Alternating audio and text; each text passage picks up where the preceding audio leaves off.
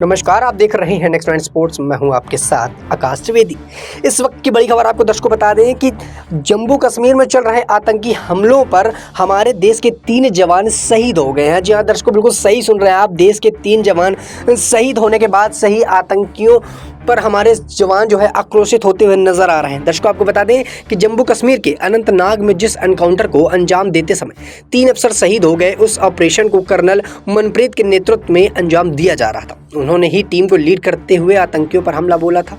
मुठभेड़ के दौरान आतंकियों द्वारा उन पर गोलीबारी की गई। वह गंभीर रूप से घायल होने के बाद शहीद हो गए।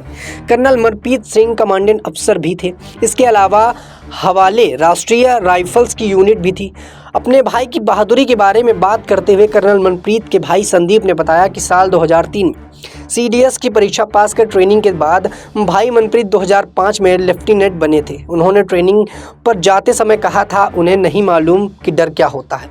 वह मौत को पीछे छोड़कर भारत माता की सेवा करने के लिए सेना में शामिल हुए थे। मार्च 2021 में कर्नल मनप्रीत सिंह को उनके अभद्र साहस के लिए गैलेट सेना मेडल से भी नवाजा गया था। लेकिन दर्शकों आपको बता दें कि जिस तरीके से जम्मू कश्मीर में चल रहे आतंकी हमलों के बीच हमारे देश के 3 जवान शहीद हो गए और उनकी श्रद्धांजलि को अब दिया जा रहा है। हमारे देश के जवान उसकी शोक मनाते हुए श्रद्धांजलि को दे रहे हैं और वहाँ की तस्वीरें कुछ इस कदर देखने को मिल रही हैं जिससे मन दुखी हो रहा है।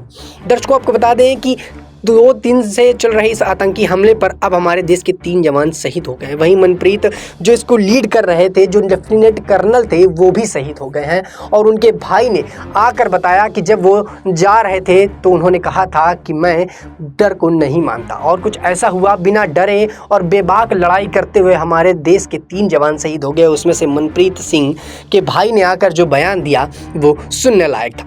दर्शकों, साफ तौर पर हमारे देश के जवान जब सेना पर लड़ते हैं तो वो भूल जाते हैं कि वो आखिर है कौन। क्या उनकी कोई माँ है, क्या उनके कोई पिता, कोई परिवार है।